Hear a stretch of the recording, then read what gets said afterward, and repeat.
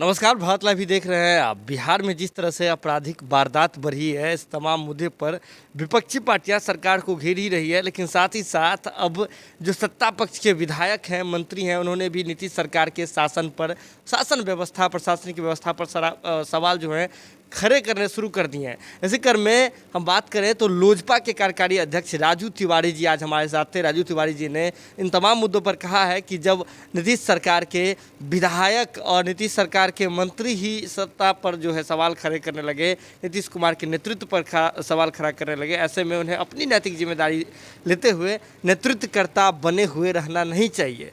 यानी कि अगर इनके बातों को समझे तो उन्होंने कहा है कि नीतीश कुमार जी को अब बिहार में नेतृत्वकर्ता के रूप में नहीं रहना चाहिए। उन्हें उनके मंत्री और उनके विधायक ही अब स्वीकारने के लिए तैयार नहीं है। क्या कुछ कहा है लोजपा के कार्यकारी अध्यक्ष राजू तिवारी ने, आइए देखते हैं उनका ये वीडियो। इस वक्त हमारे साथ लोजपा के कदावर नेता, साथ ही साथ लोजपा के कार्यकारी अध्यक्ष राजू तिवारी जी मौजूद हैं। सर, बिहार में जो आपराधिक घटनाएं बढ़ रही है, बिहार के मधुबनी ज़िले के बेनीपट्टी में होली के दिन नरसंहार हो जाता है। इसके बाद कटिहार में 27 गोली एक व्यक्ति के शरीर में डाल दिया जाता है। राजद के नेता थे और तेजस्वी यादव के करीबी थे। क्या लगता है कहाँ जा रहा है बिहार? देखिए, ये बात कोई एक जिला की बात नहीं है। लगभग सारे जिला में अपराध चरम पे है और प्रशासन का लगता ही नहीं है कि प्रशासन पे अंकुश है किसी पदाधिकारी का। जहाँ जो बैठा है प्रशासनिक तंत्र में, वो अपने मनमानी काम कर रहा है। हमारे मुख्यमंत्री को लगता ही नहीं है कि इस बार उनके मतलब कोई तेवर है उनके काम करने का।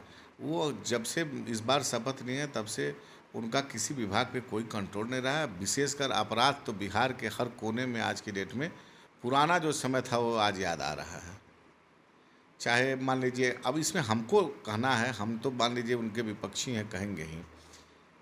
भारतीय जनता पार्टी के मंत्री बोल रहे हैं पुलिस निकम्मा है, उनके अपने विधायक बोल रहे हैं। आप देखे होंगे भागलपुर में शराब, उनके अपने विधायक बोले हैं कि शराब पी करके किसी व्यक्ति को घर में से खींच करके इतना मारा जाता है कि वो हाजत में मर जाता है। तो प्रशासन निरंकुश है, अपराध बेलगाम है और मुख्यमंत्री नीतीश कुमार का कोई कंट्रोल नहीं है पुलिस पे। तो क्या लगता है बिहार में अब क्या होगा, क्या करना चाहिए? बिहार में बहुत बुरा समय अभी चल रहा है।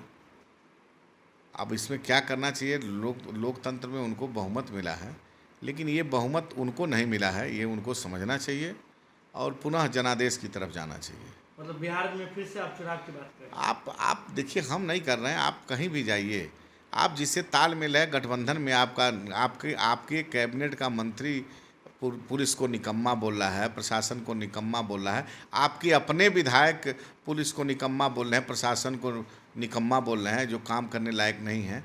तो ऐसी परिस्थिति में जो नेतृत्व करता है उसकी कुछ जिम्मेदारी बनती है। तो उनकी जिम्मेदारी बनती है कि जब उनके विधायक का उनके शासन में विश्वास नहीं है, उनके गठबंधन का उनके शासन में विश्वास नहीं है, तो ऐसी परिस्थिति में नेतृत्व करना कहीं से अच्छी बात नहीं है। यानी कि नीतीश कुमार को नेतृत्व करता नहीं रहना चाहिए, छोड़ देना चाहिए। आप अब देखिए, हम लोग तो बहुत दिन से कहते आ रहे हैं कि वो अब बिहार के मुख्यमंत्री की जो पुराना उनका तेवर था वो नहीं है। वो अब एकदम मतलब थक चुके हैं, एक तरह से कहा जाए थक चुके हैं और उनको कहीं भी बिहार चलाने में अभी रुचि नहीं है।